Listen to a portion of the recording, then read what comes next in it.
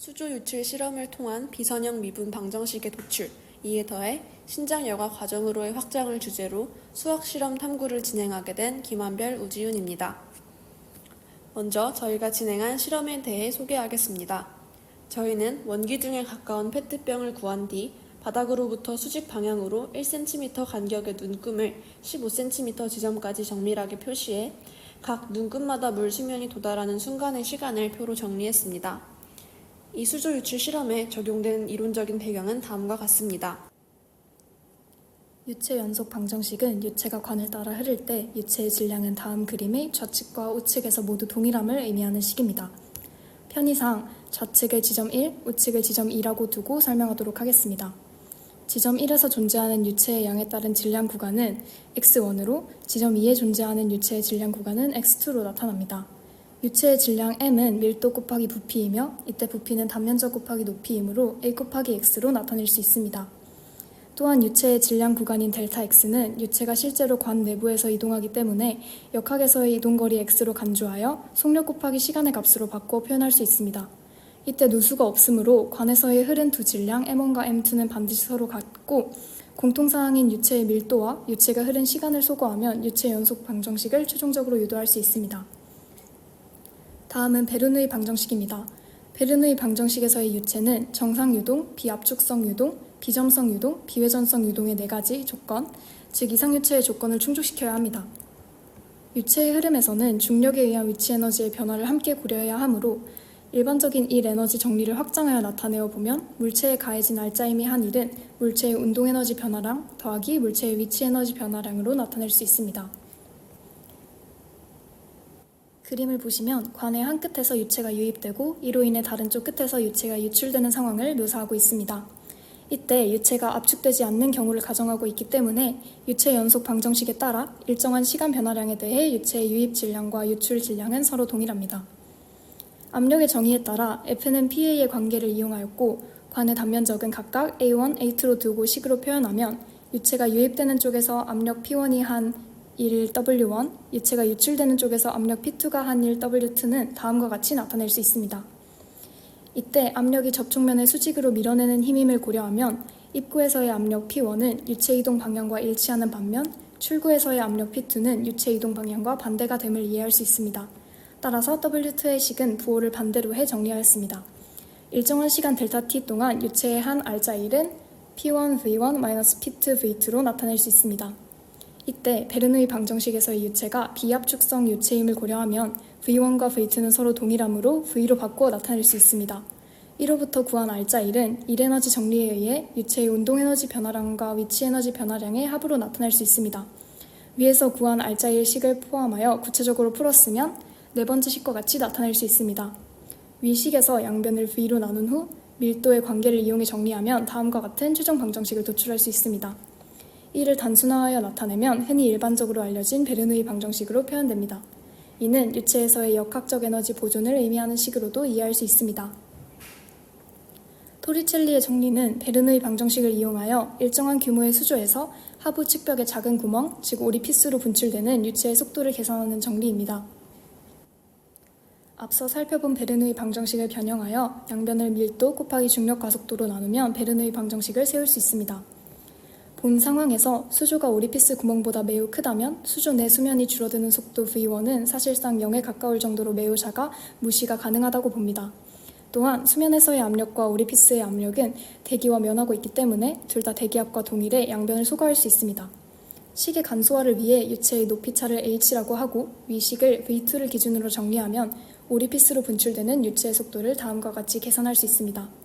단, 위 유도 과정에서 확인할 수 있듯이 토리첼리의 정리는 베르누이 방정식을 기반으로 도출되는 방정식이기 때문에 베르누이 방정식에서 가정했던 이상유체의 가정을 그대로 가져오게 됩니다.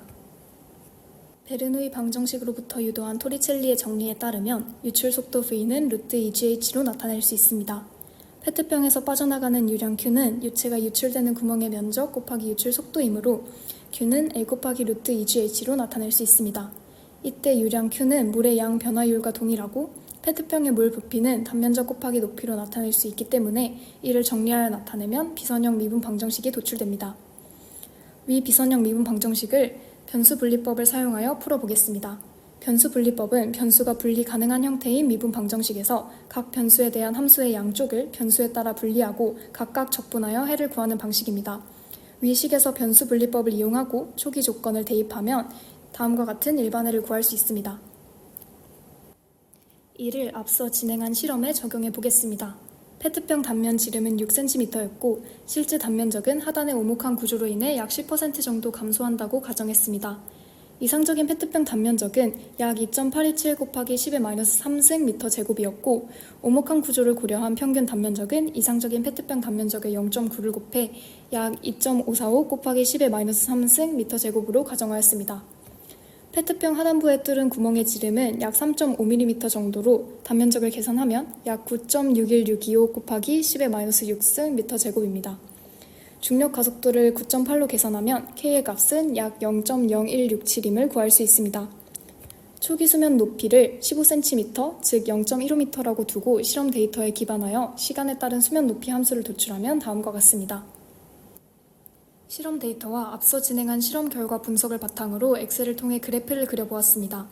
거의 일치함을 확인할 수 있었으나 수면의 높이가 낮아짐에 따라 오차가 크게 발생했는데 이는 하단부 구조를 완벽하게 반영하지 못했기 때문일 가능성이 높다고 판단했습니다. 이외에도 시간 측정의 오차, 구멍 주변의 마찰력을 무시한 점, 현실에서의 물이 이상 유체가 아니라는 점, 압력 손실 등 다양한 오차 원인을 탐색할 수 있었습니다. 저희는 탐색한 오차 원인 중 바닥 부분이 오목하게 파인 구조가 가장 큰 영향을 미쳤다고 판단해 이를 수정하고자 바닥 부분을 평평하게 한 원형통 구조를 직접 제작해 재실험을 진행하여 동일한 결과 분석 과정을 거쳤습니다. 바닥 부분이 평평하도록 제작한 이상적인 구조의 페트병으로 실험한 결과는 다음과 같습니다. 하단부가 평평한 페트병을 제작하여 실험을 진행하였음에도 수면 높이가 2cm 이하에 도달할 경우 오차가 발생함을 확인할 수 있었습니다. 이로써 수면 높이 2cm 이하에서의 오차는 토리첼리의 정리가 완벽히 적용되지 못하는 현실적 한계 때문에 발생함을 추론할 수 있었습니다. 그럼에도 페트병 하단부 구조가 오목했을 경우보다는 이론값과 더욱더 정확히 일치함을 확인할 수 있었습니다. 그럼 이제 앞서 진행한 수조 유출 실험을 사구체 여과 과정과 연관지어 설명해 보겠습니다. 사구체는 신장의 기본 단위로 작은 모세혈관 덩어리로 이루어져 신장에서 혈액을 여과하는 역할을 수행합니다. 본 탐구에서는 사구체 여과 현상을 단순화해 수학적으로 해석하기 위한 개념적 기초로 사용하고자 합니다. 그럼 앞서 진행했던 수조 유출 실험과 사구체 여과는 어떠한 유사점을 가질까요? 다음 화면의 표에서 확인할 수 있는 것과 같이 수조 유출 실험과 사구체 여과는 압력 원천, 유속 변화, 유속 영향 요인, 모델링 가능성 등에서 다양한 공통점을 보임을 확인할 수 있었습니다. 특히 사구체 여과 과정을 모델링하면 다음과 같은 식으로 표현할 수 있습니다. 이 식에 사용된 함수들을 조금 더 자세히 설명드리겠습니다. 사구체 여과율을 식으로 나타내면 다음과 같습니다. 다음 식에 사용된 함수들을 간단히 설명해 드리겠습니다. 먼저 사구체 여과율의 KF는 여과 개수로서 막이 얼마나 잘 통과시키는지를 나타내는 지표입니다. KF는 투과도와 여과 표면적을 곱해 구할 수 있습니다. 차례로 PGC는 사구체 내 모세 혈관의 압력을 의미하고 PBC는 보호만 주머니의 압력, 파이GC는 혈장 삼투압을 의미합니다. 결론적으로 GFR은 신장에서 1분 동안 사구체를 통해 여과되는 혈장의 양이므로 단위 시간당 흐르는 물체의 퇴적인 최적 유량으로 이해할 수 있습니다. 최적 유량 Q는 A 곱하기 V, 즉 단면적과 속도의 곱으로 나타낼 수 있으며 토리첼리의 정리에 따르면 유체의 속도 V는 루트 2GH입니다. 따라서 여과 후 배출되는 소변량을 시간에 따라 QT는 A 곱하기 VT에서 루트 HT와 같이 모델링하면 신장 배출 유속의 비선형적인 특성을 수학적 모델을 통해 이해할 수 있게 됩니다.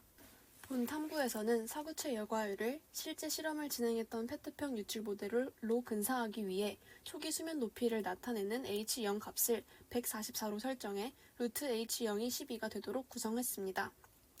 실험 기반 모델의 핵심은 시간에 따라 감소하는 수면 높이에 의해 유속이 루트 HT에 비례한다는 점이며 GFR이 VT, 루트 HT에 비례한다는 관계에 초점을 맞추어 구조적 유도를 진행하였습니다. 본 모델은 절대적인 값보다는 시간에 따른 경향성과 곡선의 형태를 설명하는 데 중점을 두기 때문에 상대적 비교와 수치 간 비례성이 유지되는 한에서는 해석상 큰 무리가 없다고 판단하였습니다. 따라서 H0, K 등의 파라미터는 생리학적 수치를 정확히 반영한다기보다는 GFR의 동적 변화를 묘사하기 위한 수학적 근사 모델로서의 의미를 가지며 이후 그래프를 실제 GFR 평균 값으로 규정화함으로써 비교 가능한 형태로 전환하였습니다.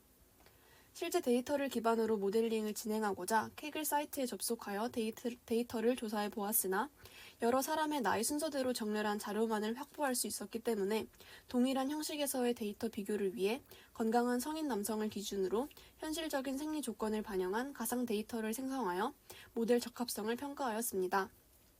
GFR은 시간이 지남에 따라 점차 감소하는 것으로 가정하였으며 모델은 루트 HT 형태에 기반하여 다음과 같은 식에 기반해 설정하였습니다. GFR 데이터는 모델 예측값에 플러스 마이너스 2ml/미닛의 노이즈를 추가하는 방식으로 생성하였습니다. 본 연구는 이론 모델의 생리학적 유효성 평가를 목적으로 문안 기반의 평균 GFR 흐름을 참고하여 데이터를 생성함으로써 이론식과 생리 패턴 간의 차이를 비교하고 오차를 통해 생리학적 조절 기전을 확인하고자 하는 목적을 가지고 진행하였습니다.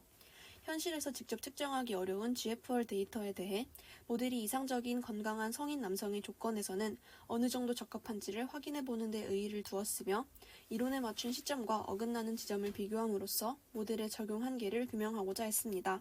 GFR 데이터 비교 그래프와 잔차 분석 그래프는 다음과 같습니다.